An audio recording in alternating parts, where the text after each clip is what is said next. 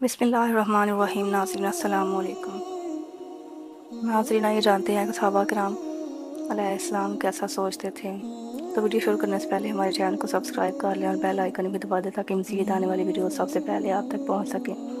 حضرت سہل بن سعد رضی اللہ تعالیٰ عنہ سے روایت ہے کہ ایک عورت ایک کپڑا لے کر بارگاہ رسالت مآب صلی اللہ علیہ وسلم میں حاضر ہوئی اور عرض کیا، یا رسول اللہ صلی اللہ علیہ وسلم، یہ میں نے آپ صلی اللہ علیہ وسلم کو پہنانے کے لیے اپنے ہاتھ سے بنا ہے۔ تو آپ صلی اللہ علیہ وسلم نے وہ کپڑا ضرورت سمجھتے ہوئے لے لیا۔ پھر آپ صلی اللہ علیہ وسلم اس کپڑے کا تہمت پہنے ہوئے باہر تشریف لائے تو ایک آدمی نے عرض کیا، یا رسول اللہ صلی اللہ علیہ وسلم، آپ یہ کپڑا مجھے پہنا دیں۔ فرمایا ہاں۔ پھر آپ صلی اللہ علیہ وسلم گھر تشریف لے گئے، اس کپڑے کو اتارا اور مانگنے والے کے لیے بیچ دیا۔